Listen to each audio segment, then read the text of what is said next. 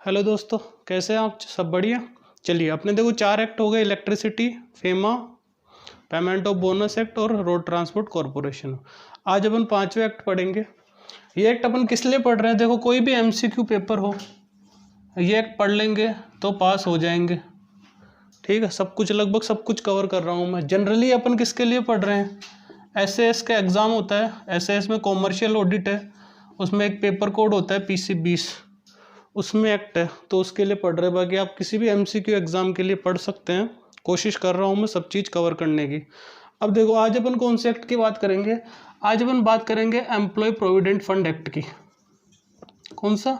Employ provident fund act 1952। ठीक है, इसके अपन आज अपन डिटेल में बात करेंगे। बहुत छोटा सा एक्ट है और बहुत प्यारा एक्ट है। कुछ ज़्यादा कुछ स्ट्रेसफुल नहीं है इसमें। आसानी से समझ में आ जाएगा। 2 बार आपको रीडिंग मारनी है, याद भी हो जाएगा। इसको अपन है ना, कुछ चीज़ें इसकी पेमेंट ऑफ बोनस एक्ट से कनेक्ट करेंगे, जिसको अपन पोबा कह रहे थे, उससे कनेक्ट करते हुए पढ़ेंगे, ताकि दोनों एक्ट आपको क्या है, कंपेरिजन हो जाएगा और आपको क्या हो जाएगा, याद हो जाएगा। साथ के साथ इसमें है ना, जो देखो, मैं आपको हमेशा से कह रहा हूँ कि अपने को क्या कंपैरिजन करते हुए पढ़ना है। तो कुछ चीज़ें तो मुझे याद आई है, तो मैंने वो कंपैरिजन किया है। साथ के साथ अगर आपको कुछ याद आ रहा हो, अगर आपको लग रहा हो कि पहले एक्ट में ऐसे पढ़ा था, तो आपको भी क्या कंपैरिजन करते हुए पढ़ना है, जिससे चीज़ें क्या है, आसानी से याद हो सके। चलिए, तो शुरू करेंगे अपन कौन से? सेक्शन 1 से।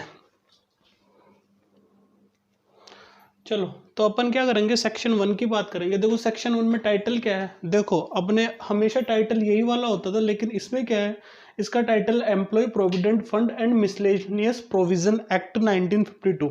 ये देखो, 1952 तो किसका ईयर है? प्रोविडेंट फंड का ईयर है। लेकिन जो ये मिसलेनियस है, इनके ईयर अलग अलग है। इसमें मिसलेनियस में देखो, ध्यान से सुनना, 2 चीज़ें आती है। एक तो पेंशन फंड आता है, एक डिपॉजिट लिंक्ड इंश्योरेंस स्कीम आती है। इन दोनों से वर्ड क्या बना हुआ है? मिसलेनियस बना हुआ है। अब एप्लीकेबिलिटी की बात कर ले, ये क्या है? वोल इंडिया एप्लीकेबल है, लेकिन जम्मू कश्मीर पे एप्लीकेबल नहीं होगा। इसके अपन एंड में बात कर लेंगे कि आर्टिकल 370 हट गया है, तो अब क्या है, जम्मू कश्मीर में भी एप्लीकेबल होगा। अभी केवल इतना ही पढ़ लेते हैं अपन। अब आगे बात करते हैं सबसे पहले एप्लीकेशन की। देखो, अपन क्या करेंगे, इसके एप्लीकेशन को अपने को कंपैरिजन करना है बोनस एक्ट से। तो देखो, ध्यान से सुनना। पहली बात, बोनस एक्ट में क्या था? केवल अगर नाम दिया गया था फैक्ट्री, अगर फैक्ट्री है तो एक्ट एप्लीकेबल है, फैक्ट्री नहीं है, एक्ट एप्लीकेबल नहीं है। लेकिन इसमें क्या है, इसमें 3 चीज़ें दी गई है। एक तो शेड्यूल 1 की फैक्ट्री होनी चाहिए, शेड्यूल 1 की फैक्ट्री होनी चाहिए। शेड्यूल कहाँ पे है? ये जो अपना एक्ट है, उसके एंड में शेड्यूल दिए गए हैं। कितने शेड्यूल है?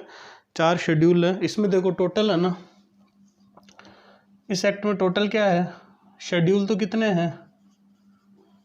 4 हैं। और सेक्शन कितने हैं?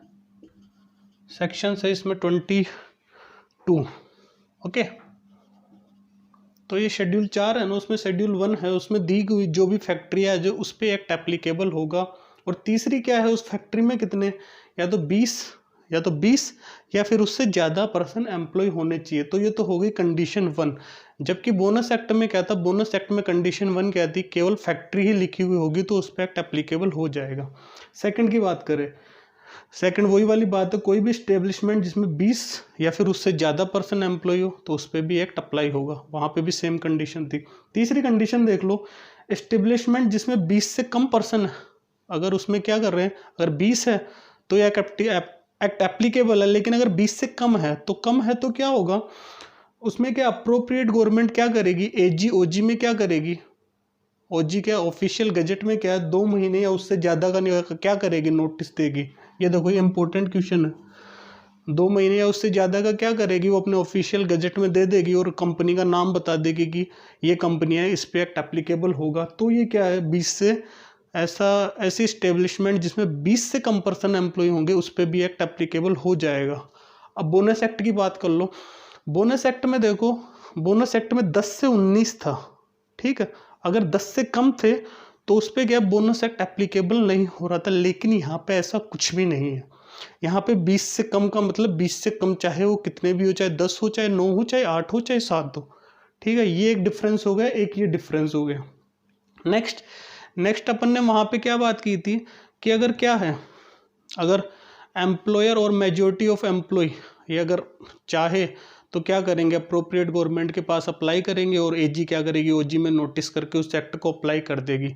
यहाँ पे क्या कंडीशन, यहाँ पे भी सेम कंडीशन है, लेकिन यहाँ पे ऐसा लिखा गया कि कोई भी स्टेब्लिशमेंट जिसमें 100, उसमें कितने होने चाहिए, या तो कितने होने चाहिए 100 होने चाहिए, या फिर उससे क्या होने चाहिए, ज़्यादा पर्सन होने चाहिए। तो अगर वो एम्प्लॉयड है तो एम्प्लॉयर और मेजोरिटी ऑफ एम्प्लॉय, जैसे मान लो 100 है तो 100 में मेजोरिटी कितनी हो गई 51, तो एम्प्लॉयर और 51 लोग अगर जाते हैं और वो रिक्वेस्ट करते हैं अप्रोप्रिएट गवर्नमेंट से, तो अप्रोप्रिएट गवर्नमेंट क्या करेगी, इस एक्ट को अप्लाई कर सकती है। ठीक है, इसमें एक चीज़ और आएगी, once applicable for ever applicable, जो उसमें भी अपन ने पढ़ा था वो सेम कंडीशन है इसमें। हाँ तो चलो अपन ने 4 पॉइंट की बात हो गई थी। देखो ध्यान, जो लास्ट वाला पॉइंट पढ़ा था ना अपन ने कि एम्प्लॉयर और मेजोरिटी ऑफ एम्प्लॉय, उसका सेक्शन 16A है, ये एक वहाँ पे लिख लेना, ये छूट गया, सेक्शन उसका क्या है 16A है। अब अपन बात करेंगे once applicable for ever applicable, एक बार लग गया मतलब लग गया। पहले कितने थे 25 थे, फिर कितने हो गए 9 हो गए, तो 25 में एक्ट अप्लाई हो रहा था, तो अब 9 में भी एक्ट क्या है अप्लाई होगा। पहले ज़्यादा लोग काम कर रहे थे, अब क्या है 25 में से 16 लोग छोड़ के चले गए, तो इसमें कितने बचे 9 लोग बचे, तो भी एक्ट अप्लाई होगा। अब सेक्शन 16 की बात कर लेते हैं। सेक्शन 16 में क्या कहा गया है कि एक्ट किस पे अप्लाई नहीं होगा, ये एक्ट किस पे अप्लाई नहीं होगा, तो अब सुन लो। अब आपको क्या करना है, बोनस एक्ट का देखो, बोनस एक्ट में किस पे अप्लाई नहीं हो रहा था बताओ, बोनस एक्ट का सेक्शन देखो जिसमें अप्लाई नहीं हो रहा था, तो बोनस एक्ट में क्या था 32, तो ये देखो याद हो गया ना, 16 का डबल 32, तो सेक्शन 32 था बोनस एक्ट का, जिन पे एक्ट अप्लाई नहीं हो रहा था। कोऑपरेटिव सोसाइटीज़, ऐसी कोऑपरेटिव सोसाइटी जिनमें कितने पर्सन एम्प्लॉयड कर रहे हो 50 से कम, और विदाउट एड ऑफ पावर, मतलब जहाँ पे क्या है बिना लाइट के वो काम कर रहे हो, इलेक्ट्रिसिटी का यूज़ नहीं करके बिना इलेक्ट्रिसिटी के काम कर रहे हो, और कितने लोग हो 50 से कम लोग हो, तो उस पर एक्ट एप्लीकेबल नहीं होगा। दूसरा, कोई भी एस्टेब्लिशमेंट जो कंट्रोल्ड हो किसके द्वारा, सेंट्रल गवर्नमेंट या स्टेट गवर्नमेंट के द्वारा, या सेटअप हो किसके द्वारा, सेंट्रल गवर्नमेंट या स्टेट गवर्नमेंट के द्वारा, उन दोनों पे भी एक्ट एप्लीकेबल नहीं होगा। तीसरा सुन लो, न्यूली सेटअप इस्टेब्लिशमेंट है, तो उस पर एक्ट क्या है, बोनस एक्ट का सोचो, बोनस एक्ट में कितना है 5 सालों तक अप्लाई नहीं हो रहा था, ध्यान है, अपन ने मॉडिफिकेशन करके लगाया था set of set on, section 15 modification के साथ अप्लाई होगा, तो वहाँ पे 5 साल तक अप्लाई नहीं होता था। यहाँ पे क्या है, यहाँ पे 3 साल तक अप्लाई नहीं होता, ये 3 है। ठीक है, अब अपन डेफिनेशंस की बात करेंगे। डेफिनेशन इसमें कुछ खास नहीं है, 1-2 डेफिनेशंस है वो पढ़ लेते हैं। तो अब अपन बात करेंगे सेक्शन 2 की, जिसमें डेफिनेशंस है। अब देखो कंपैरिजन करते हुए पढ़ेंगे, ध्यान रखना। सैलरी और वेजेस का मतलब ईपीएफ में क्या है, केवल बेसिक, केवल अपनी जो बेसिक है ना उसको ही सैलरी और वेजेज ईपीएफ में कहा गया, जबकि बोनस में किसको कहा गया था बताओ। देखो यहाँ लिखा है मैंने, बोनस एक्ट में क्या है, बेसिक, डीए और फ्री फूड अलाउंसेज, 3 चीज़ें आ रही थी, पढ़ा था अपन ने, basic, DA, free food allowances, DA dearness allowances, वहाँ पे 3 चीज़ें आ रही थी, यहाँ पे एक ही चीज़ आएगी। तो हम अपने को हमेशा क्या करना है, जो चीज़ें इंक्लूड है ना उनको याद कर लेंगे, तो उसके अलावा सब चीज़ें क्या हो जाएगी, एक्सक्लूड हो जाएगी। अब इसमें एक्सक्लूड क्या क्या होगा, ये देखो ये सब एक्सक्लूड है, क्योंकि चीज़ एक ही इंक्लूड है तो बाकी सब एक्सक्लूड हो गए। अगर कैश वैल्यू ऑफ फूड को, जिसको अपन फ्री फूड अलाउंसेज कह रहे थे, वो एक्सक्लूड है। डीए है, एचआरए है, हाउस रेंट अलाउंसेज, ओटी है, ओवर टाइम, बोनस है। प्रेजेंट्स मेड बाय एम्प्लॉयर, अगर आपको एम्प्लॉयर ने आपको कुछ गिफ्ट दिया है तो वो भी उसमें क्या है, सैलरी और वेजेस की डेफिनेशन में नहीं आएगा। तो ये कंपैरिजन हो गया अपने, इसमें केवल क्या है, बेसिक है। और बोनस एक्ट, ये बोनस एक्ट की बात कर रहे थे अपन। बोनस एक्ट में क्या है, 3 चीज़ें, बेसिक, डीए और फ्री फूड अलाउंसेज, जिनको क्या सैलरी और वेजेज कहा गया है। इंपॉर्टेंट है, ध्यान रखना। आगे बढ़ते हैं एम्प्लॉय, एम्प्लॉय की डेफिनेशन।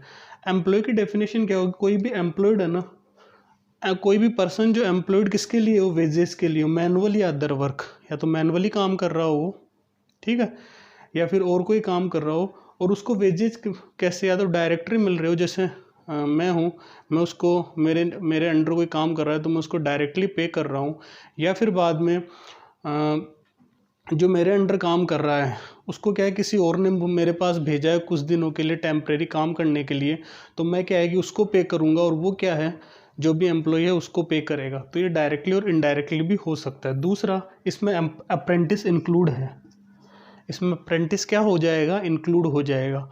अब अपन बोनस एक्ट की बात करेंगे। बोनस एक्ट में देखो मैंने आपको क्या दो चीज़ें बताई थी कि एम्प्लॉयर की डेफिनेशन क्या होगी। अपन ने क्या पढ़ा था, अपन ने जो सेक्शन 2 था और सब सेक्शन 13 था उसमें तो क्या था, एम्प्लॉय की डेफिनेशन थी, और सेक्शन कितना ये 14 हो जाता तो उसमें क्या थी, एम्प्लॉयर की डेफिनेशन थी। तो उसमें देखो बोनस एक्ट में क्या है कि जिसकी सैलरी और वेजेज क्या हो 21,000 पर मंथ के बराबर या उससे कम हो, और अप्रेंटिस उसमें इंक्लूड नहीं होता है।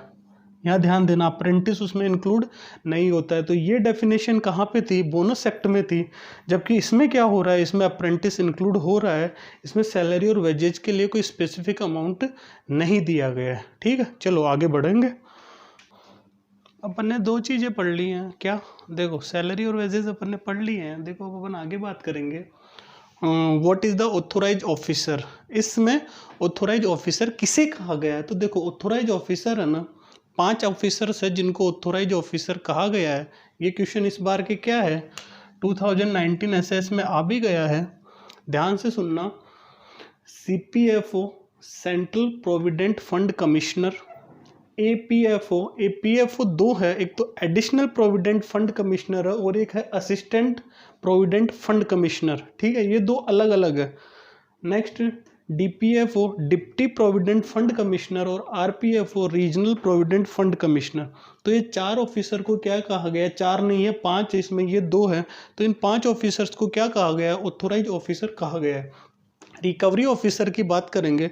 देखो रिकवरी ऑफिसर क्या होगे, जो कोई सेंट्रल गवर्नमेंट का ऑफिसर या फिर स्टेट गवर्नमेंट का ऑफिसर या फिर बोर्ड ऑफ ट्रस्टी का ऑफिसर, इनको क्या कहते हैं, इनको अपन क्या कहेंगे, रिकवरी ऑफिसर कहेंगे।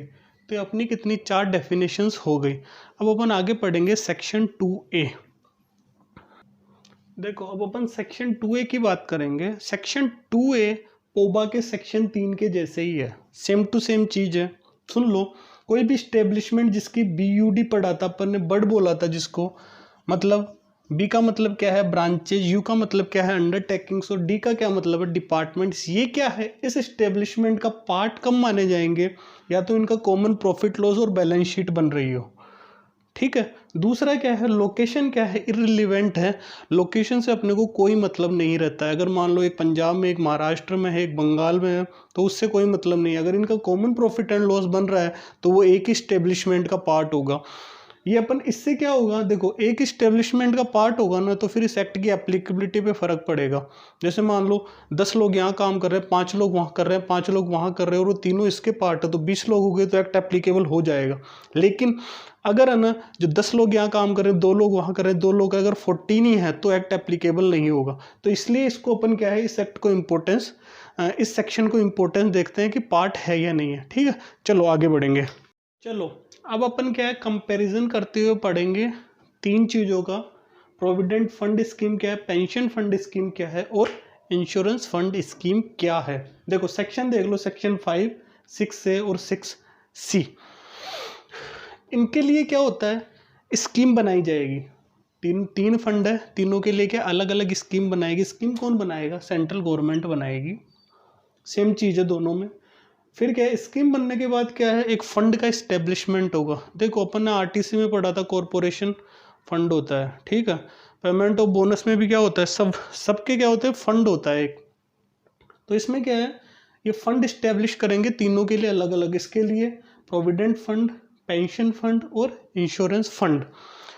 इनका जो एडमिनिस्ट्रेटिव का काम है, मतलब इससे जो भी इस फंड से रिलेटेड जो भी एक्सपेंसेज है या जो भी रिसीट है, इनको है ना, जो सेंट्रल बोर्ड ऑफ ट्रस्टी होगा जिसको अपन आगे पढ़ेंगे, तो वो क्या करेगा, इसको एडमिनिस्ट्रेटिव करेगा तीनों फंडों को।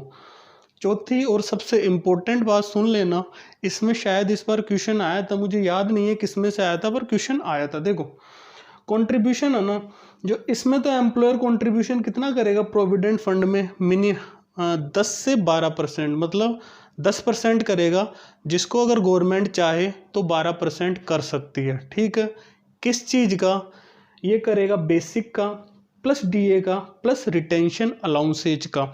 इन तीनों का जो भी जोड़ होगा उसका क्या है 10%, और जिसको सरकार चाहे तो 12% तक बढ़ा सकती है, तो उतना ही क्या है एम्प्लॉयर कंट्रीब्यूशन करेगा। अब रिटेंशन अलाउंसेज सुन लो। रिटेंशन अलाउंसेज, रिटेन का मतलब होता है देखो बनाए रखना। रिटेंशन अलाउंसेज की क्या डेफिनेशन होगी, एक एग्जांपल लेते हैं। जैसे मान लो कोई एक फैक्ट्री है, अब उस फैक्ट्री में क्या होता है, जैसे मान लो कि जैसे मान लो कोई कूलर बनाने की फैक्ट्री है, ठीक है। तो कूलर बनाने की फैक्ट्री है तो उसमें क्या होता है, साल भर कूलर का प्रोडक्शन नहीं होता है, छोटी सी फैक्ट्री है। तो जब क्या गर्मी आनी शुरू होगी, जैसे अब मार्च से गर्मी पड़ना शुरू हो जाती है, तो वो क्या करते हैं, दिसंबर में क्या है प्रोडक्शन शुरू करते हैं और 6 महीने तक फैक्ट्री चल रही है, मैं एग्जांपल ले रहा हूँ, ठीक है। तो क्या होगा, वो 6 महीने तक उसमें मजदूर काम करेंगे, लेकिन बाकी 6 महीने के लिए अगर अपन मजदूरों को सैलरी नहीं देंगे तो वो तो जॉब छोड़ के चले जाएंगे, और अपन सैलरी कहाँ से देंगे, अपने पास प्रोडक्शन हो नहीं रहा है।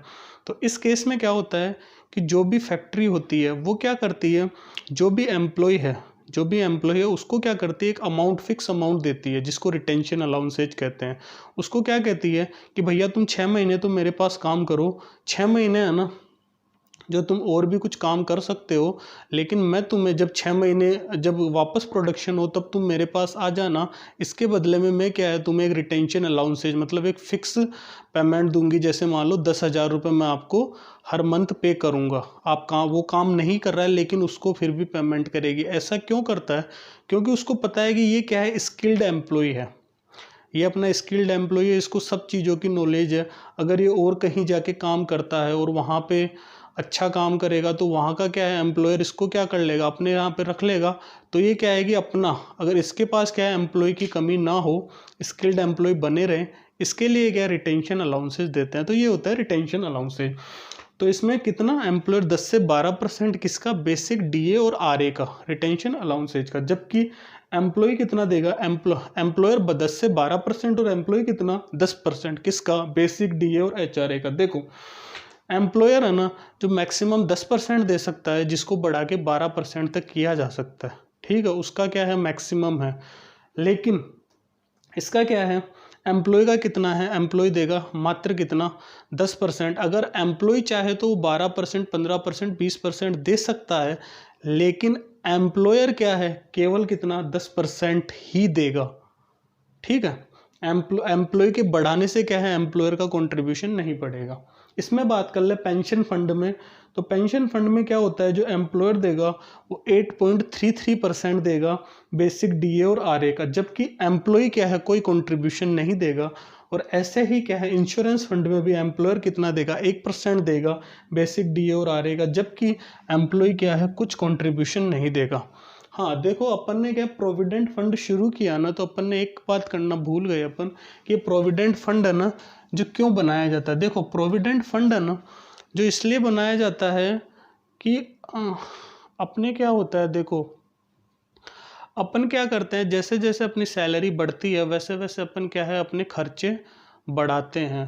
तो गवर्नमेंट को क्या लग रहा था, गवर्नमेंट को लग रहा था कि जैसे मान लो अपने को फिर कभी पैसे की रिक्वायरमेंट, ये केवल है ना जो केवल अपने पेंशन के रूप में, जैसे अपन रिटायर हो जाते हैं उसके बाद ही नहीं निकाल सकते, उसके पहले भी अपने को कभी पैसों की ज़रूरत पड़ती है। जैसे अपने को घर लेना है या और कोई काम करना है तो उसके लिए अपने को क्या पैसों की ज़रूरत पड़ेगी, तो उसके लिए प्रोविडेंट फंड बनाया गया है।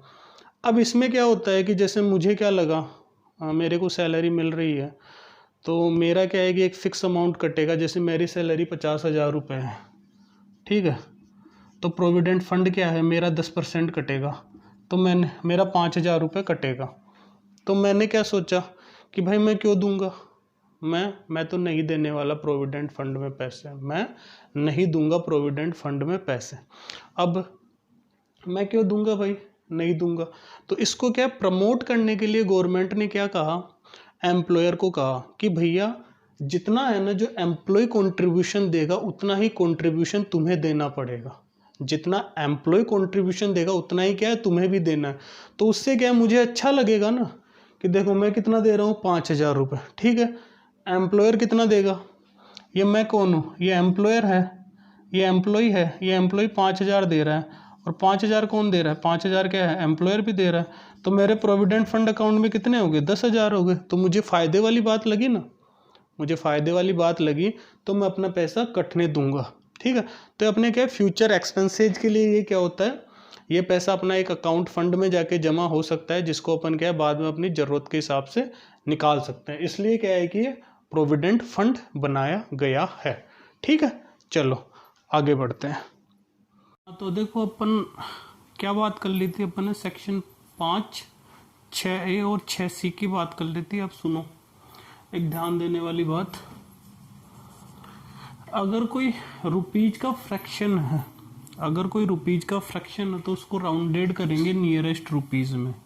ठीक है, अब फ्रैक्शन का मतलब क्या है? फ्रैक्शन का मतलब अगर मान ले आधा है या फिर क्वार्टर है, या तो हाफ पैसा है या फिर क्या है 0.25 है, 25 पैसे, तो इन दोनों को क्या है नियरेस्ट रुपीज में लेके जाएगा। एग्जाम्पल देख लो, यहाँ पे क्या है 2120.50 है, तो इसको अपन जब कंट्रीब्यूशन ऐड करेंगे, जैसे पीएफ का कंट्रीब्यूशन, तो 2121 लेंगे, और इस पे यहाँ पे 25 है तो उसको भी क्या करेंगे 2150 है तो इसको 51 ले लेंगे। इन दोनों को क्या, इसको क्या ले लेंगे, इसको 1 रुपया ले लेंगे और इधर इसको 1 रुपया ले लेंगे। ये ध्यान देना, हर जगह क्या होता है, ऐसा होता है कि अगर हाफ रुपीज है तो उसको क्या करते हैं 1 रुपये में कन्वर्ट कर देते हैं, और हाफ से कम होता है ना तो उसको पीछे वाले रुपीज में ले लेते हैं। जैसे मान लो 25 रुपए और 25 पैसे हैं, तो बहुत जगह इसको 25 रुपए लेते हैं, और 25 रुपए 50 पैसे तो इसको 26 रुपए लेते हैं। ऐसा कई जगह होता है ना। इस सेक्शन यहाँ पे क्या है, यहाँ पे नियरेस्ट में लेंगे, मतलब यहाँ पे क्या है उसको 1 रुपया ही लेंगे। ठीक है, आगे बढ़ते हैं। 3 चीजें होती है देखो, एक तो होता है सेंट्रल बोर्ड, एक होता है स्टेट बोर्ड और एक होता है executive committee. Central board section 5 है, स्टेट बोर्ड सेक्शन 5B और एग्जीक्यूटिव कमेटी सेक्शन 5AA। अब सुनो, सेंट्रल बोर्ड को बोल सकते हैं सेंट्रल बोर्ड ऑफ ट्रस्टी, ये लिखा है मैंने। ठीक है, और स्टेट बोर्ड को स्टेट बोर्ड ऑफ ट्रस्टी भी बोलते हैं, और ये दोनों क्या है बॉडी कॉर्पोरेट है, और इसका सेक्शन क्या है 5C है। तो ये 3 सेक्शन याद हो गए, 5A B C। और सेक्शन 6A क्या है, 6A क्या पेंशन फंड स्कीम, और 6C क्या है इंश्योरेंस फंड स्कीम। तो ये हुआ। अब अपन क्या करेंगे, अब अपन सेंट्रल, स्टेट बोर्ड में तो देखो कुछ है नहीं ऐसा खास, स्टेट बोर्ड का तो बस सेक्शन ध्यान रख लो और एक बॉडी कॉर्पोरेट है। बाकी अपन सेंट्रल बोर्ड और एग्जीक्यूटिव कमेटी की बात करते हैं अब आगे। ठीक है, देखो अपन ने कहा था कि 2 चीजों की बात करेंगे, एक तो क्या है सेंट्रल बोर्ड और एक क्या है एग्जीक्यूटिव कमेटी। ध्यान से सुन लेना, सेंट्रल बोर्ड को सेंट्रल बोर्ड ऑफ ट्रस्टी बोलते हैं। इसके मेंबर्स देख लो, एक तो कौन होगा सेंट्रल प्रोविडेंट फंड कमिश्नर, एक कौन होगा चेयरमैन। देखो चेयरमैन की जगह चेयर वुमेन भी हो सकती है, इसलिए अपन यहाँ पे क्या चेयरपर्सन लिखते हैं। यहाँ पे आप चेयरमैन लिख लो, चेयरपर्सन लिख लो, कोई दिक्कत नहीं है। एक वाइस चेयरमैन होगा, 5 सेंट्रल गवर्नमेंट के एम्प्लॉय होंगे या उनके रिप्रेजेंटेटिव होंगे, 15 किसके होंगे स्टेट गवर्नमेंट के, 10 एम्प्लॉयर के और 10 एम्प्लॉय के। तो इनकी अगर अपन काउंटिंग करेंगे तो टोटल कितने आ रहे हैं 43 आ रहे हैं। इधर आ जाओ एग्जीक्यूटिव कमेटी में, सेंट्रल प्रोविडेंट फंड कमिश्नर इधर भी है, चेयरमैन इधर भी है, वाइस चेयरमैन इधर नहीं होता है, वाइस चेयरमैन नहीं है। या सेंट्रल गवर्नमेंट के 2 हैं, स्टेट गवर्नमेंट के 3 हैं, एम्प्लॉयर के 3 हैं, एम्प्लॉय के 3 हैं। तो टोटल यहाँ पे कितना मेंबर है 13 मेंबर है। तो यहाँ पे 43 मेंबर और वहां पे 13 मेंबर है। आगे बढ़ते हैं। सीबीओडीटी के अकाउंट्स है ना, अकाउंट्स प्रिपेयर करती है अपन जो जितने भी है ना गवर्नमेंट ऑर्गेनाइजेशन है उनकी ऑडिट क्या सीएजी के द्वारा की जाती है। तो अपने अकाउंट्स बनाएंगे और इनकी ऑडिट एनुअली कौन करेगा, सीएजी करेगा। ठीक है, अब इसमें एक important central board of trustee में एक अपॉइंटमेंट ऑफिसर का वो पढ़ते हैं। देखो अपन अपॉइंटमेंट ऑफ ऑफिसर की बात करेंगे किसमें, सीबीओटी में, सेंट्रल बोर्ड ऑफ ट्रस्टी में। देखो इसमें central provident fund commissioner, chief accounting officer और फाइनेंशियल एडवाइजर, ये सब अपॉइंटेड कौन करेगा, सेंट्रल गवर्नमेंट अपॉइंट करेगी। लेकिन कंसल्ट किससे करेगी, पीएससी मतलब पब्लिक सर्विस कमीशन से। तो देखो सेंट्रल गवर्नमेंट है ना जो जनरली किससे कंसल्ट करेगी, यूपीएससी से करेगी, क्योंकि वही सेंट्रल गवर्नमेंट का है। इसमें देखो पीएससी 2 होती है, आपने पढ़ा होगा वैसे तो, कि एक तो यूपीएससी है, ठीक है, यूनियन पब्लिक, या फिर बाद में स्टेट पीएससी होती है, कॉन्स्टिट्यूशन में है इनके बाद में, जैसे आरपीएससी और एमपीपीएससी। ठीक है, ये राजस्थान की Rajasthan public service commission, Madhya Pradesh public service commission, Uttar Pradesh public service commission. तो ये क्या करती है, जब इन तीनों का अपॉइंट करेगी सेंट्रल गवर्नमेंट, तो किससे कंसल्ट करेगी, ये पब्लिक सर्विस कमीशन से कंसल्ट करेगी। लेकिन इसके एक्सेप्शन है, किस चीज के, कि किस किस केस में सेंट्रल गवर्नमेंट कंसल्ट नहीं करेगी पब्लिक सर्विस कमीशन से। सुनो, 2 केस है। एक तो कैसा कि अगर 1 साल के लिए अपॉइंट कर रहे हैं, अगर अपॉइंट किसके लिए कर रहे हैं, 1 साल या फिर उससे कम के लिए, तो कंसल्ट करने की जरूरत नहीं है। दूसरा, अपॉइंटमेंट के टाइम पे, at the time of appointment, या तो वो क्या हो, इंडियन एडमिनिस्ट्रेटिव सर्विस का क्या हो, मेंबर हो, या फिर बाद में वो क्या हो, ए और बी पोस्ट पे हो, जो ग्रेड ए और बी की पोस्ट होती है ना, उस पे हो। वो किसकी, या तो सेंट्रल गवर्नमेंट की या सेंट्रल बोर्ड की।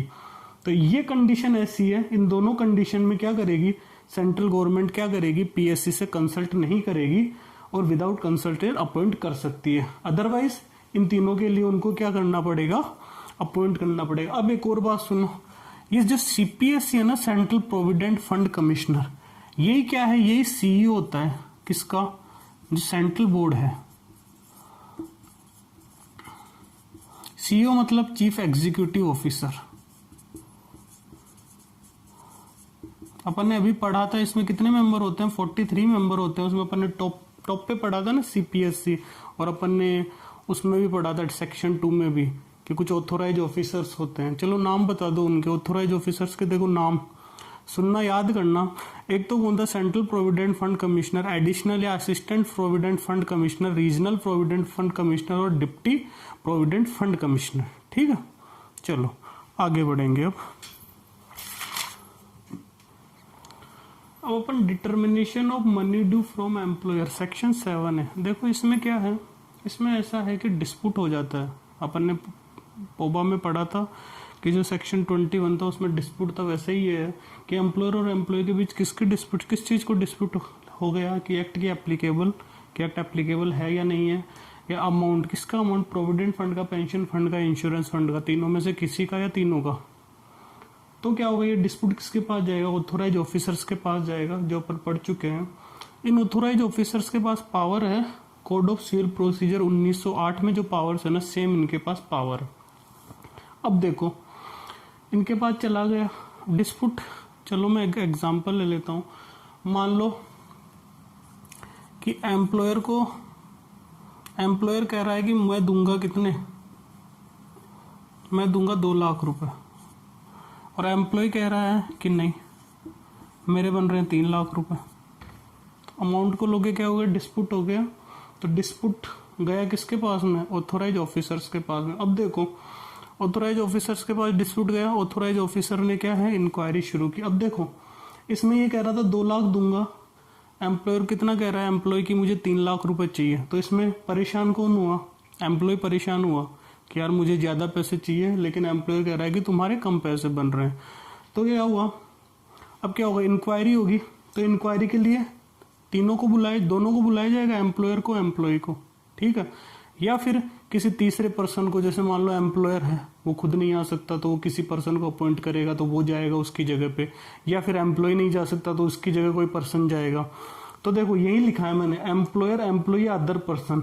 अगर इन्होंने क्या किया, फेल्स टू अटेंड इंक्वायरी, अगर उन्होंने जो इंक्वायरी की ऑथोराइज ऑफिसर्स ने उसको अटेंड करने में फेल हुए, तो ऑथोराइज ऑफिसर क्या करेगा, ऑर्डर पास करेगा जो उसके पास एविडेंस अवेलेबल है, बेस्ड ऑन एविडेंस अवेलेबल, जो उसके पास एविडेंस होंगे उसके आधार पे वो क्या कर देगा, ऑर्डर पास कर देगा। अब सुनो इसमें क्या हुआ, इस केस में क्या, एम्प्लॉय तो परेशान था, तो एम्प्लॉय तो गया इंक्वायरी अटेंड करने, लेकिन एम्प्लॉयर नहीं गया। एम्प्लॉयर ने क्या कहा, एम्प्लॉयर क्यों जाएगा, एम्प्लॉयर को 2 लाख रुपए देने हैं, वो कह रहा है 3 लाख रुपए, तो एम्प्लॉयर नहीं गया, उसको नोटिस भेजा, नोटिस भेजने के बाद भी वो नहीं गया। तो ऐसी कंडीशन में ऑथोराइज ऑफिसर के पास क्या पावर है कि वो पास करेगा एक्स पार्टी ऑर्डर। अब ये सुन लो, एक्स पार्टी ऑर्डर क्या होता है। एक्स पार्टी ऑर्डर होता है कि 2 पार्टियों के बीच केस चल रहा था, किसी ने क्या किया, अपील की, या किसी ने क्या किया, एप्लीकेशन की। तो उस टाइम पे है ना, जो उसके जो विरोध वाली पार्टी है ना, वो उसको बार बार बुलाया गया, लेकिन वो आई नहीं। तो जो विरोधी पार्टी नहीं आई ना, तो भी क्या है, जो भी कमेटी है या जो भी यहाँ पे ऑथोराइज ऑफिसर्स है वो क्या है, डिसीजन पास कर देंगे उसकी एब्सेंस में, तो उसको एक्स पार्टी ऑर्डर कहते हैं। मतलब एक पार्टी है ना, एक पार्टी प्रेजेंट है फिर भी ऑर्डर पास कर दिया, एक्स पार्टी ऑर्डर। और ये ऑर्डर किसके, कौन नहीं आया था, एम्प्लॉयर नहीं आया था, तो उसके अगेंस्ट में उसने क्या किया, एक्स पार्टी ऑर्डर पास कर दिया।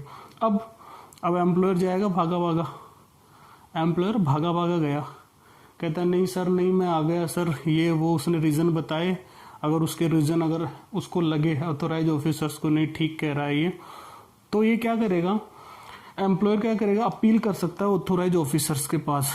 सफिशिएंट रीज़न देगा, बिना रीज़न के तो वो एक्सेप्ट नहीं करेंगे इसकी एप्लीकेशन। कितने, 3 महीने के अंदर, जो उसने ऑर्डर पास किया एक्स पार्टी ऑर्डर, उसके 3 महीने के अंदर में।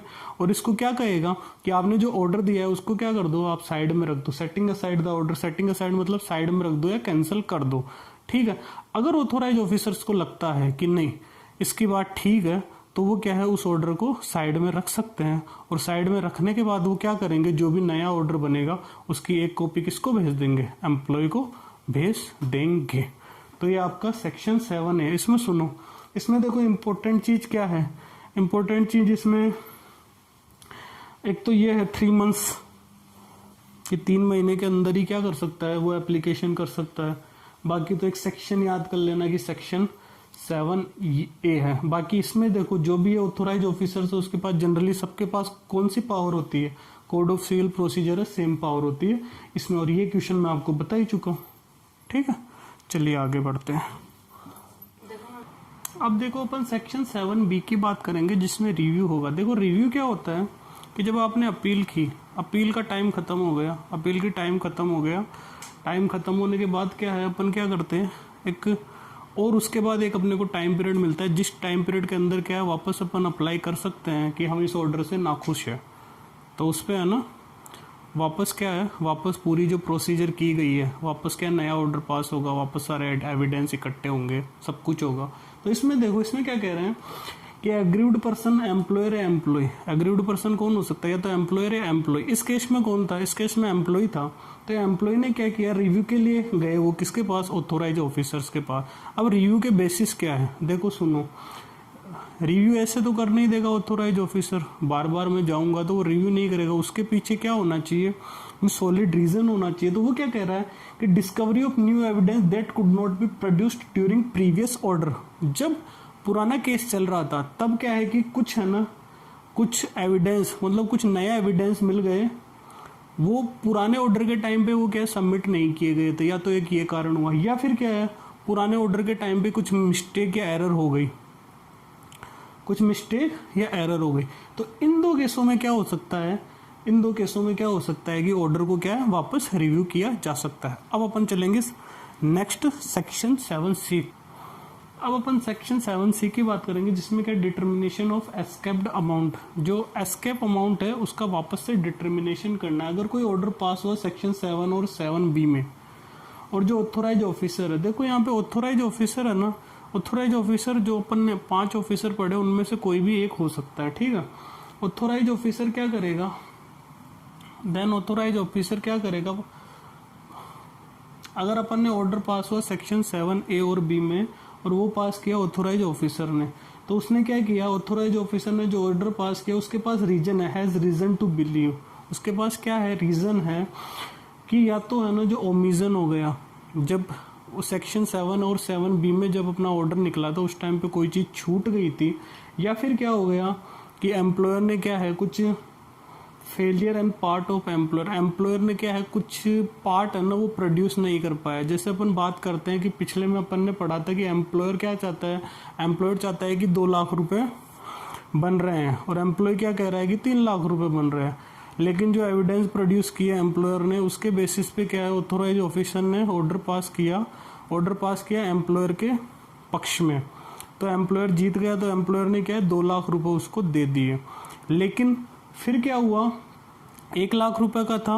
अब वहां पे क्या हो गया कि जो एम्प्लॉयर ने है ना उसकी पूरे महीनों की सैलरी स्लिप ही नहीं दी, कुछ महीनों की उसने क्या सैलरी स्लिप नहीं दी। तो सैलरी स्लिप नहीं दी तो वो पार्ट क्या है ओमिट हो गया, या फिर उसको अपन क्या कह सकते हैं फेलियर कह सकते हैं कि एम्प्लॉयर क्या एक पार्ट को प्रोड्यूस नहीं किया उसने। तो अब जब एम्प्लॉई है ना, जो इनके पास आएगा ऑथोराइज ऑफिसर्स के पास जिसने ऑर्डर पास किया, और उसको कहेगा कि देखो सर ये मेरी मैं तब से लेके अब तक काम कर रहा हूँ, और ये मेरी जो 10 मंथ्स की सैलरी स्लिप है, ये मेरी जो 10 मंथ की सैलरी स्लिप है वो एम्प्लॉयर के द्वारा उस टाइम जो ऑर्डर पास हुआ था प्रोड्यूस नहीं की गई थी, और मेरे पास भी है ना उस टाइम पे सैलरी स्लिप नहीं थी तो मैं प्रोड्यूस नहीं कर पाया था। अगर वो ऐसा रीजन देता है और ऑथोराइज ऑफिसर को लगता है तो वो क्या करेगा, ऑथोराइज ऑफिसर रीओपन कर सकता है केस को। कितना टाइम के अंदर? 5 साल के अंदर। कहाँ से 5 साल? जो इसने प्रीवियस लास्ट ऑर्डर पास किया है, और अमाउंट को रीडिटरमाइन कर सकता है। ठीक है, तो ये सेक्शन 7C। नेक्स्ट बात करते हैं।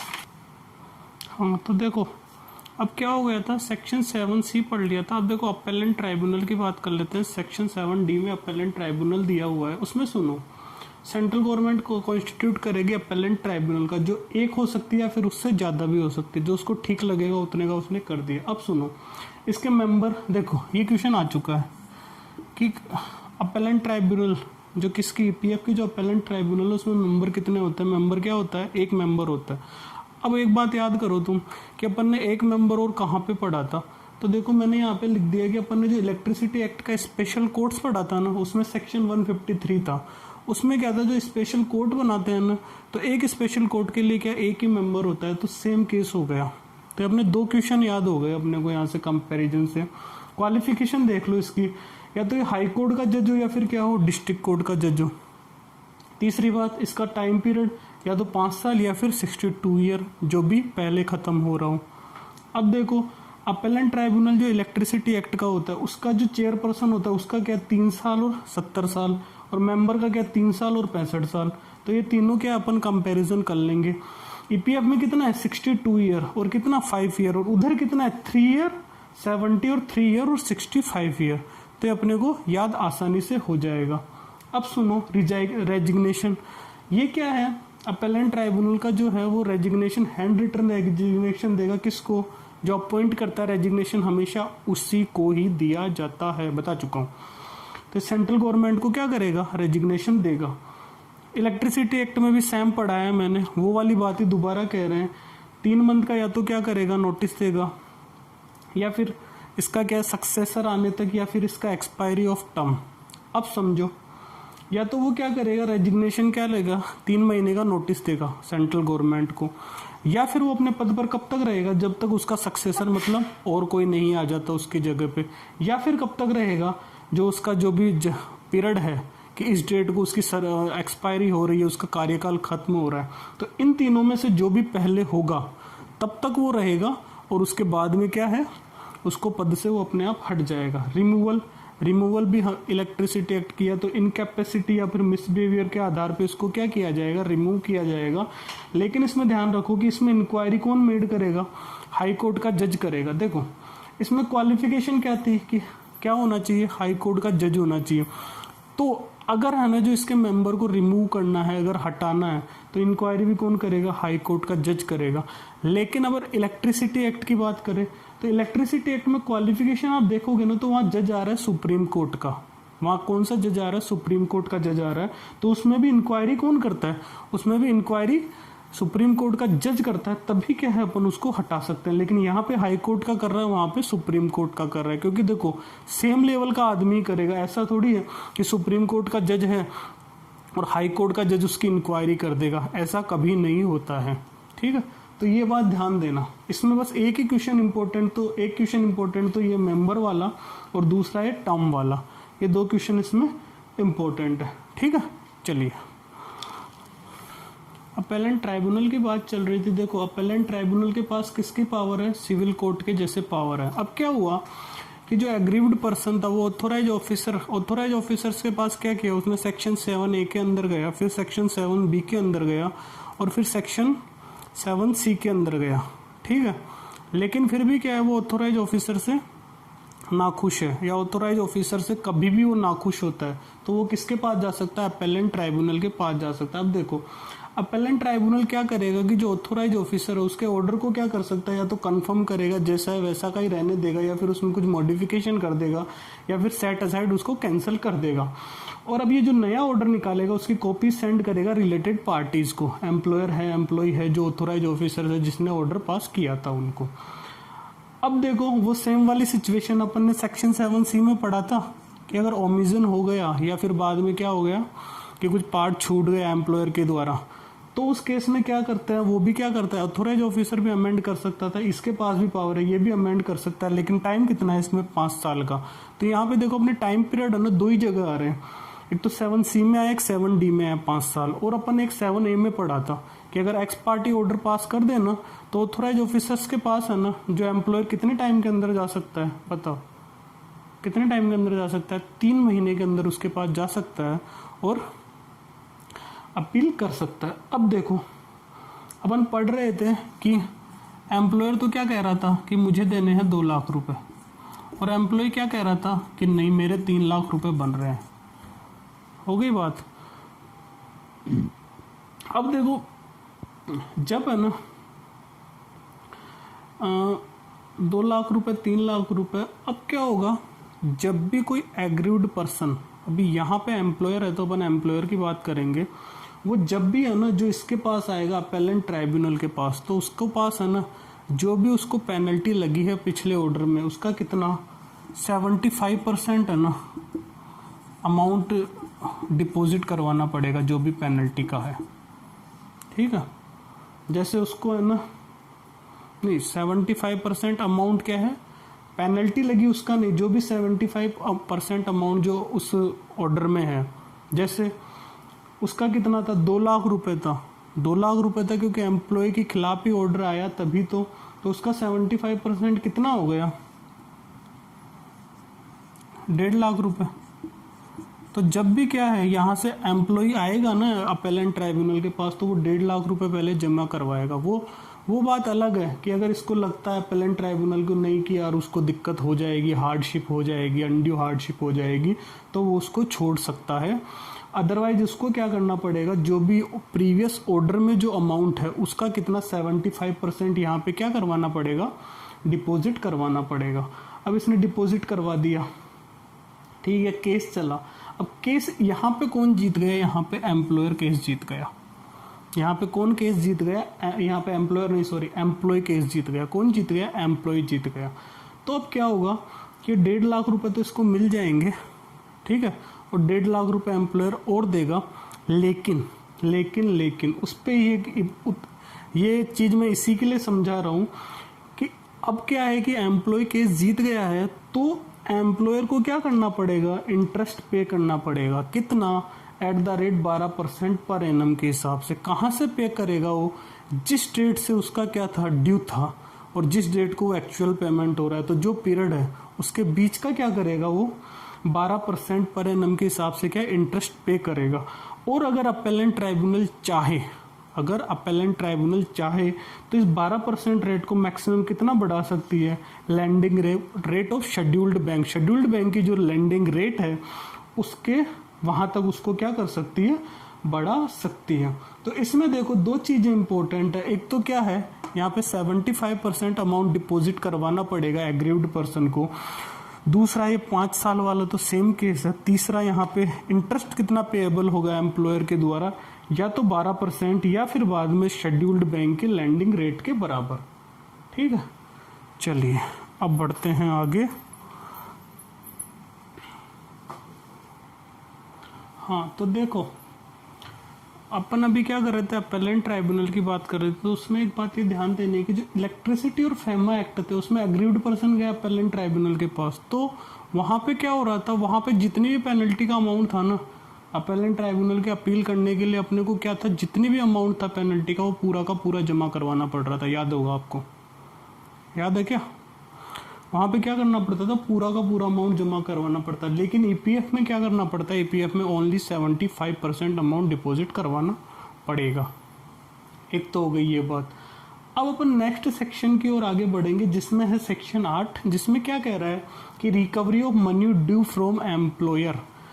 इसका क्या मतलब हुआ कि एम्प्लॉयर के पास क्या है, एम्प्लॉयर के पास कुछ पैसा पड़ा है, एम्प्लॉयर के पास कुछ पैसा पड़ा है लेकिन उसने क्या किया, जमा नहीं किया है। उसने जमा नहीं किया प्रोविडेंट फंड, इंश्योरेंस फंड या फिर किस में, पेंशन फंड में, तो वो क्या मनी ड्यू है। देखो सेक्शन 7A में क्या बात कर रहे थे अपन, डिटर्मिनेशन। वहां पे अपन डिटरमाइन कर रहे थे, एम्प्लॉयर और एम्प्लॉय के बीच क्या था, झगड़ा चल रहा था। वो कहता था 2 लाख दूंगा, वो कहता नहीं मेरे 3 लाख बनते। तो वहां तो क्या था, डिटर्मिनेशन था। यहाँ पे सेक्शन 8 में क्या है, यहाँ रिकवरी करनी है। रिकवरी मतलब उसके पास या तो वो दिवालिया हो गया है, उसके पास पैसा है नहीं, लेकिन अपने को तो क्या उतना पैसा तो चाहिए ही जितना प्रोविडेंट फंड में कहा है या जितना उसने काटा है और उसको खुद को कंट्रीब्यूट करना है। तो इसके लिए क्या होता है कि यहाँ पे 3 लोगों की बात करेंगे अपन, राम, लक्ष्मण और रावण की। तो राम को बोलेंगे अपन, राम कौन है, राम होगा ऑथोराइज ऑफिसर, जो अपन ने पढ़े थे 5 तरह के होते हैं। लक्ष्मण है रिकवरी ऑफिसर, और रावण कौन है, एम्प्लॉयर है। ठीक है, तो आप समझ गए होंगे इस एग्जाम्पल से। इस एग्जाम्पल में क्या है कि एक ही चीज इंपॉर्टेंट है, इसलिए मैंने एग्जाम्पल बताया। पढ़ते हैं, देखो शुरू करते हैं। मिस्टर राम है वो मिस्टर लक्ष्मण को, मिस्टर राम मिस्टर लक्ष्मण को क्या करेंगे, एक सर्टिफिकेट इश्यू करेंगे अपने साइन से, और उसमें क्या कहेंगे, कुछ अमाउंट स्पेसिफाई करेंगे, जहां जो मैंने यहाँ पे लिया 10 करोड़ रुपए, मतलब ऑथोराइज ऑफिसर, और ये क्या रिकवरी ऑफिसर। तो मिस्टर राम ने मिस्टर लक्ष्मण को एक साइन करके लेटर दे दिया कि ये लो मेरे लेटर का साइन, और ये तुम्हें क्या है 10 करोड़ रुपए रिकवर करने हैं रावण से। तो आप जानते हो कि जो लक्ष्मण है वो कभी भी क्या है, राम की बात का उल्लंघन नहीं करेगा और हमेशा मिस्टर राम की बात मानेगा। तो ये क्या करेगा, ये जाएगा रावण के पास, और रावण के पास क्या है, रिकवर करेगा 10 करोड़ रुपए। अब ये रावण के पास गया तो रावण का जो बिजनेस था उसमें उसका क्या किया, उसको अटैच कर लिया। किसको अटैच कर लिया, जैसे मान लो उसके अकाउंट में पड़े थे 2 करोड़ रुपए, उसके अकाउंट में कितने थे, 2 करोड़ रुपए, और फिर उसकी प्रॉपर्टी जो इस्टेब्लिशमेंट की प्रॉपर्टी थी वो थी 5 करोड़ की। तो ये इन्होंने क्या कर लिया, अटैचमेंट कर लिया। अटैचमेंट अभी सेक्शन 10 में अपन और डिटेल से पढ़ लेंगे। यहाँ इतना समझ लो कि जो अकाउंट में पैसा पड़ा था ना वो अटैच हो जाता है, ठीक है। और इसने जो प्रॉपर्टी थी मूवेबल और इमूवेबल, इन दोनों को क्या बेच दिया, और इससे क्या आ गए 7 करोड़ रुपए आ गए। लेकिन इसको कितने रिकवर करने, 10 करोड़ रुपए। क्यों, क्योंकि भाई ये कौन है, मिस्टर लक्ष्मण है, और इसको ऑर्डर किसने दिया है, मिस्टर राम ने इसको ऑर्डर दिया है, तो बात तो इसको माननी है। तो अब ये क्या करेंगे कि जो मिस्टर रावण है उसकी जो उसका खुद का पर्सनल अकाउंट होगा उसको अटैच कर लेंगे, और उसकी जो पर्सनल प्रॉपर्टी है उसको बेच के 3 करोड़ रुपए और रिकवर करेंगे, ठीक है। तो इसके पास कितने आ गए, 10 करोड़ रुपए आ गए। अब देख लो इसमें अगर इस्टेब्लिशमेंट था, अगर उसका अटैचमेंट करके या प्रॉपर्टी बेच के 10 करोड़ रुपए आ जाते तो यही बात खत्म हो जाती थी। लेकिन अगर वहां पैसा कम पड़ रहा है तो फिर ये क्या करेगा, जो भी एम्प्लॉयर है उसकी क्या है, पर्सनल प्रॉपर्टी को क्या करेगा, पर्सनल प्रॉपर्टी को बेचेगा। अब सुनो, ये काम हो गया। अब देखो क्या है, मिस्टर लक्ष्मण मिस्टर राम की बात को नहीं टाल सकते। अब देखो जो सर्टिफिकेट इश्यू किया मिस्टर राम ने मिस्टर लक्ष्मण को, इसमें अगर कोई भी चेंज करना है या फिर इसको विड्रॉ करना है तो ये कौन कर सकता है, मिस्टर लक्ष्मण तो बिल्कुल नहीं करेगा, क्योंकि वो क्या है, राम के आज्ञाकारी हैं। तो इसमें कौन चेंज कर सकता है, इसमें हमेशा क्या है, मिस्टर राम ही कोई चेंज कर सकते हैं, लक्ष्मण कोई चेंज नहीं कर सकता। अब ये चेंज किस प्रकार का, मान लो उसमें कोई क्लैरिकल मिस्टेक हो गई हो या कोई मैथमेटिकल मिस्टेक हो गई हो, अर्थमेटिक मिस्टेक हो गई हो, तो ये चेंज और विड्रॉ कौन करेगा इस सर्टिफिकेट में, ये ऑथोराइज ऑफिसर ही करेगा, कभी भी रिकवरी ऑफिसर नहीं करेगा, ठीक है। चलिए अब इसमें देखो इसमें इम्पोर्टेंट क्या लग रहा है, इसमें इम्पोर्टेंट है कि जो सर्टिफिकेट है वो किस पे किसके साइन होंगे, ऑथोराइज ऑफिसर्स के। दूसरा इसमें इम्पोर्टेंट क्या है, क्या इसकी पर्सनल प्रॉपर्टी को बेच सकता है वो, हाँ बेच सकता है अगर पैसा कम पड़ रहा है रिकवरी के लिए। और तीसरा क्या है कि सर्टिफिकेट में चेंज कौन कर सकता है, तो जिसने सर्टिफिकेट को इश्यू किया है वो ही चेंज कर सकता है, उसके अलावा उसको कोई चेंज नहीं कर सकता। चलिए अब देखो अपन अभी अटैचमेंट की बात कर रहे थे, तो वो है सेक्शन 10 में। देखो अटैचमेंट का क्या मतलब हुआ, अटैचमेंट वो वाला नहीं है, नहीं वो वाला अटैचमेंट नहीं है, लगाओ जुटाओ वाला अटैचमेंट नहीं है, या अटैचमेंट दूसरी चीज़ है, ये लो वाला अटैचमेंट है। इसमें सुनो कि अगर मान लो कोई एम्प्लॉय है, उसकी कोई डेट और लाइबिलिटी है, अगर कोई एम्प्लॉय है उसने मान लो किसी बैंक से लोन ले रखा था और वो क्या हो गया, दिवालिया हो गया, तो अब क्या है कि जैसे मान लो उसने बैंक से लोन लिया था 10 लाख रुपए का, ठीक है, और इसके इनमें पैसे पड़े हैं कितने, 12 लाख रुपए पड़े। अब कोर्ट ने क्या किया, कोर्ट ने ऑर्डर देता है, कोर्ट देता है अटैचमेंट का ऑर्डर कि उसकी जो भी प्रॉपर्टी है या जो भी चीज़ें हैं, जो भी उसके अकाउंट है, सब अटैच कर लिए जाए। तो 10 लाख रुपए पड़े थे, इसके अकाउंट में कितने थे, इन तीनों में 12 लाख रुपए थे। तो अब कोर्ट ने ऑर्डर दिया, तो कोर्ट के ऑर्डर देने के बाद है ना, जो अगर उस एम्प्लॉय का कोई पर्सनल अकाउंट है या उसकी प्रॉपर्टी है, सब कुछ क्या है अटैच कर सकते हैं, लेकिन इन तीनों फंड में जो पैसा पड़ा है ना, वो कभी अटैच नहीं कर सकते हैं। इसमें यही मेन बात है कि कोई एम्प्लॉय की डेट और लायबिलिटी है, उसको चुकाने के लिए इन तीनों फंडों का पैसा क्या कर सकते हैं अपन, अटैच नहीं कर सकते हैं। आई बात समझ में? जैसे 10 लाख रुपए थे, तो इसने क्या किया कि इसके 2 लाख रुपए तो इसके अकाउंट में पड़े थे, ठीक है, और 2 लाख रुपए की इसकी क्या प्रॉपर्टी थी, गरीब आदमी था, तो 4 लाख रुपए रिकवर हो गए। तो अब कितने बचे, 6 लाख रुपए। तो 6 लाख रुपए रिकवर करने के लिए क्या इन तीनों पे क्लेम नहीं कर सकते हैं, इन तीनों में से क्या पैसा विड्रॉल नहीं हो सकता है। हाँ, अगर इनका पैसा विड्रॉल कर लिया, 12 लाख रुपए थे, 12 लाख रुपए इसने क्या कर लिए, यहाँ पे अकाउंट में आ गए इसके 12 लाख रुपए, तो यहाँ से तो हट गए ना वो। अगर यहाँ अकाउंट में आ गए उसके तो अटैच कर सकते हैं, लेकिन अगर यहाँ पड़े हैं तो अटैच नहीं कर सकते। बस इतना ही है अटैचमेंट सेक्शन 10, ठीक है, कि इनका पैसा क्या अटैच नहीं किया जा सकता। अब सेक्शन 11 देखो, प्रेफरेंस ऑफ पेमेंट। अगर कोई पर्सन है तो वो तो क्या होता है, इंसॉल्वेंट होता है, और कोई कंपनी है वो क्या होती है, बंद होती है, जिसको वाइंड अप कहेंगे। तो अगर ऐसा कोई केस हो जाता है तो उस टाइम पे क्या होता है कि जो पीएफ अमाउंट है ना, वो paid in priority of all debt. सबसे पहले जो प्रोविडेंट फंड का अमाउंट होता है ना, वो सभी जो भी उसको चुकाना है, सबसे पहले उसमें किसका, पीएफ का पैसा चुकाया जाएगा, और की बात बाद में, ठीक है। तो ये थे सेक्शन 10 और सेक्शन 11। ये देखो सेक्शन 12 क्या, employer not to reduce wages. Wages का यहाँ पे क्या मतलब है, बेसिक, ठीक है। तो एम्प्लॉयर क्या नहीं कर सकता कि वेजेज को रिड्यूस नहीं कर सकता, ये सेक्शन 12 में। देखो इसको एक एग्जांपल से समझते हैं। ये कौन है, ये है एक रामू काका। कौन है, रामू काका।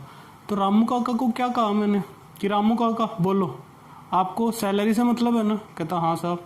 कहता मैं आपको 10,000 रुपये देता हूँ। कहता हाँ ठीक है, आपको मैं पहले 10,000 रुपये दे रहा था, अब भी मैं आपको 10,000 रुपये दूंगा। कहता ठीक है साहब, मुझे कोई दिक्कत नहीं है, दे दो आप 10,000 रुपये। तो रामू काका क्या किया, पहले भी मैं उसको 10,000 दे रहा था, अभी भी 10,000 रुपये दे रहा हूँ। लेकिन इसमें गड़बड़ क्या हुई कि पहले मैं क्या करता था, उसको basic DA RA bonus TA, basic कितना था 5,000 रुपये, डियरनेस अलाउंस 2,000 रुपये, रिटेंशन अलाउंसेज 1,000 रुपये, बोनस 1,000 रुपये, और ये क्या है ट्रांसपोर्ट अलाउंस 1,000 रुपये। तो ये मैं ऐसे क्या है 10,000 रुपये दे रहा था। लेकिन मैंने अपना फ़ायदा करने का सोचा। मैंने सोचा कि यार रामू काका को तो पता चलेगा नहीं, तो ये तीनों तो मैं जीरो कर देता हूँ, और उसको भी क्या है, उसको भी 10,000 रुपये चाहिए, तो मैं इसको बोनस दे देता हूँ, और यहाँ पे क्या है, ये पूरा पैसा यहाँ पे दिखा देता हूँ, और यहाँ से उसको 10,000 रुपये दे देता हूँ। तो बताइए क्या मैंने गलत किया क्या? बिल्कुल मैंने गलत किया है। इसमें देखो, अगर है ना, जो मैं इस स्ट्रक्चर में, अगर फर्स्ट केस में मैं देखता हूँ, तो मेरे को कंट्रीब्यूशन देना पड़ेगा बेसिक DA और RA का 10%, 800 रुपये। मतलब इस केस में मुझे क्या करना है, 800 रुपये है ना, जो प्रोविडेंट फंड, अगर पेंशन फंड है तो उसमें 8.33%, और इंश्योरेंस फंड है तो उसमें भी 1%, ये कंट्रीब्यूशन देना पड़ेगा। लेकिन इस केस में क्या होगा, इस केस में क्या है कि बेसिक DA और RA तीनों ही क्या है, जीरो है, तो मुझे क्या है, कोई कंट्रीब्यूशन नहीं देना पड़ेगा। तो मैंने अपने फ़ायदे का काम देख लिया, रामू काका को इतना पता नहीं था कि ऐसा भी कुछ होता है, तो मैंने अपने फ़ायदे का देख लिया। तो ये सेक्शन यही कह रहा है कि मैं ऐसा नहीं कर सकता हूँ, एम्प्लॉयर नॉट रिड्यूस वेजेज, कि मैं है ना जो वेजेज इस केस में क्या कर सकता हूँ, ऐसे केस में मैं ऐसे नहीं कर सकता हूँ। ठीक है, चलिए, तो ये अपना एंड आ गया है लगभग। ठीक है, तो इसमें देखो सेक्शन 13 में इंस्पेक्टर के बारे में कहा है, तो अपन ने जो पोबा में पढ़ा था वैसे कि वैसे सेम चीज़ है कि इंस्पेक्टर क्या करेगा, किसी भी प्रेमाइसिस में जा सकता है, उसमें एंट्री कर सकता है, डॉक्यूमेंट्स को सीज कर सकता है, वो सब बातें हैं इसमें। अब है ना जो सबसे इम्पोर्टेंट चीज़, अगर एम्प्लॉय का ट्रांसफ़र हो जाए या फिर एम्प्लॉयर का ट्रांसफ़र हो जाए, क्या है, या तो एम्प्लॉय का ट्रांसफ़र हो जाए या एम्प्लॉयर का ट्रांसफ़र हो जाए। 17A और 17B, 17A एंड 17B। अब देखो सुनना, ये क्या है, एक एक्स लिमिटेड कंपनी है जिसमें 22 लोग काम कर रहे हैं, तो क्या इस पे एक्ट एप्लीकेबल है? बिल्कुल है। तो ये क्या कंट्रीब्यूशन दे रहा है? बिल्कुल दे रहा है। अब ये कहते हैं मिस्टर दुखीराम थे, क्या थे? मिस्टर दुखीराम, इनका नाम ही क्या है? दुखीराम थे। तो इन्होंने क्या किया, इन्होंने इनकी सैलरी वाई लिमिटेड में जाने से क्या हो रहा था, 100 रुपये बढ़ रही थी। वाई लिमिटेड में जाने से इनकी सैलरी 100 रुपये बढ़ रही थी। तो ये क्या चले गए, ये क्या है, वाई लिमिटेड में आ गए।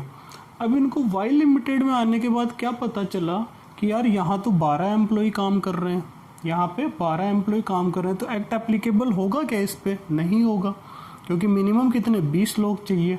तो ये क्या कंट्रीब्यूशन देगी क्या? नहीं देगी, ये कंट्रीब्यूशन नहीं देगी। तो यहाँ पे दुखीराम आके यहाँ पे दुखी हो जाता है कि मेरे बढ़े तो 100 रुपये, लेकिन यहाँ मेरे कितने 500 रुपये पीएफ में जमा हो रहे थे, वो मेरे को नुकसान हो गया। अब इसमें देखो एक चीज़ और है, अगर दुखीराम इधर आ जाता है तो अगर वो चाहे ना तो उसमें अपना कंट्रीब्यूशन दे सकता है, क्योंकि इसमें एम्प्लॉयर तो देगा नहीं, तो वो अपना कंट्रीब्यूशन दे सकता है। दूसरी बात, चाहे तो वो पैसों को विड्रॉल कर सकता है, तो कंडीशन इसमें होगी। अब इसका उल्टा केस, एक्स लिमिटेड में 15 एम्प्लॉय है तो एक्ट एप्लीकेबल नहीं है, तो कंट्रीब्यूशन भी नहीं दिया जाएगा। लेकिन वाई लिमिटेड में 25 एम्प्लॉय है, इस पर एक्ट एप्लीकेबल है, कंट्रीब्यूशन भी। तो मिस्टर सुखीराम, मिस्टर नाम ही इनका क्या है, सुखीराम, तो ये क्या गया, इन्होंने एक्स लिमिटेड से वाई लिमिटेड में आ गए। तो यहाँ पे इनकी सैलरी बढ़ गई 500 रुपये, और 500 रुपये क्या हो गया, पीएफ में कंट्रीब्यूशन भी बढ़ गया। तो यहाँ पे इनको क्या है, 1000 रुपये का फायदा हुआ, और यहाँ पे इनको क्या हो गया, 400 रुपये का लॉस हो गया। तो ये मिस्टर दुखीराम हो गए और ये मिस्टर सुखीराम हो गए। इसमें कुछ स्पेशल बात नहीं कही गई है, एक्ट एप्लीकेबल हो रहा है तो कंट्रीब्यूशन दे रहा है। अगर किसी एम्प्लॉयर पे एक्ट एप्लीकेबल है तो वो कंट्रीब्यूशन दे रहा है। लेकिन अगर एम्प्लॉय ने क्या किया, एम्प्लॉयर को चेंज कर लिया, तो उससे एम्प्लॉयर को कोई इफेक्ट नहीं पड़ेगा। उस पर एक्ट एप्लीकेबल पहले से है तो रहेगा, और नहीं है तो नहीं रहेगा, वो सेम बात कहेगी। अब इसकी बात करते हैं ट्रांसफर ऑफ एम्प्लॉयर। अगर एम्प्लॉयर का ट्रांसफर हो जाए, इसमें 2 केस है, एक एक्स लिमिटेड एक वाई लिमिटेड है। तो एक्स लिमिटेड ने क्या किया, ट्रांसफर कर दिया, टीआरएफ लिखा है, transfer wool assets and liabilities, अपनी पूरी असेट्स और लायबिलिटीज किसको ट्रांसफर कर दी, वाई लिमिटेड को कर दी। ठीक है, तो अब कंट्रीब्यूशन कौन देगा? तो देखो इसमें कोई इतना ज्यादा लॉजिक वाली बात नहीं है, एक्स लिमिटेड ने सब कुछ ही कर दिया, तो एक्स लिमिटेड के पास कुछ नहीं बचा, तो एक्स लिमिटेड तो कंट्रीब्यूशन देगा नहीं, कंट्रीब्यूशन कौन देगा, वाई लिमिटेड देगा। लेकिन दूसरा केस देखो, एक्स लिमिटेड ने क्या किया, ओनली 60% ट्रांसफर किया असेट्स एंड लायबिलिटीज को वाई लिमिटेड को, कितना 60% इसने क्या कर दिया, असेट्स लायबिलिटीज ट्रांसफर कर दी। तो अब कौन कंट्रीब्यूशन देगा, तो अब कौन कंट्रीब्यूशन देगा, यही चीज इंपॉर्टेंट है। क्या एक्स लिमिटेड देगा, क्या वाई लिमिटेड देगा? तो इसमें ध्यान देने वाली बात है, एक्स लिमिटेड के पास कितने बचे, 40% असेट और लाइबिलिटीज बची है, और वाई लिमिटेड को उसने कितना 60% ट्रांसफर कर दिया। तो इस केस में क्या है, एक्स लिमिटेड तो कितना 40% कंट्रीब्यूशन देगा, और वाई लिमिटेड कितना देगा, 60% देगा। अब इसमें एक केस और देखो, वाई लिमिटेड ने कह दिया कि मैं कंट्रीब्यूशन नहीं दूंगा, वाई लिमिटेड ने कह दिया कि मैं तो नहीं दूंगा कंट्रीब्यूशन। तो फिर इस केस में क्या होगा कि Y limited refuse, then full contribution will be paid by X limited.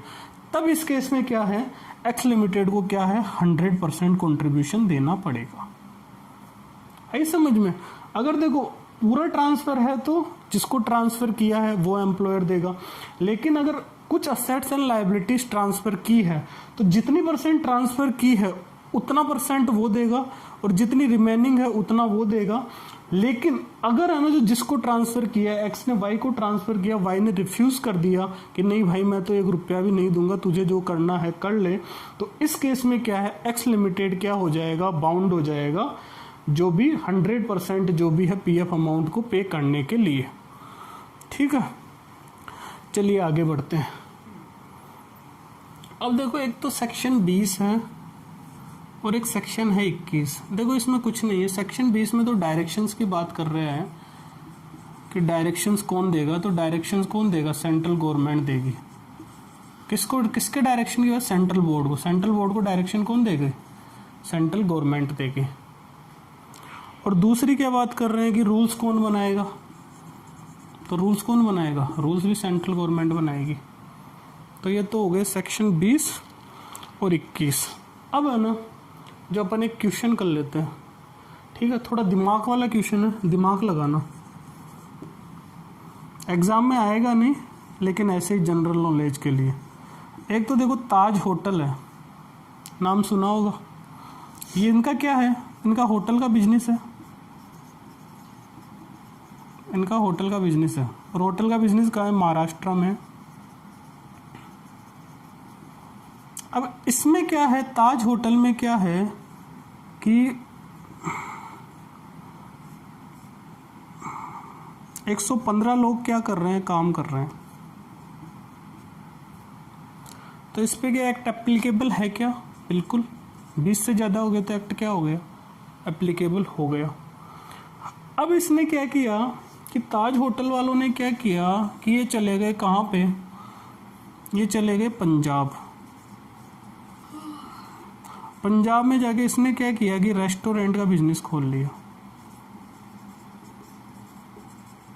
ठीक है। और यहाँ पे लोग काम कर रहे हैं 10।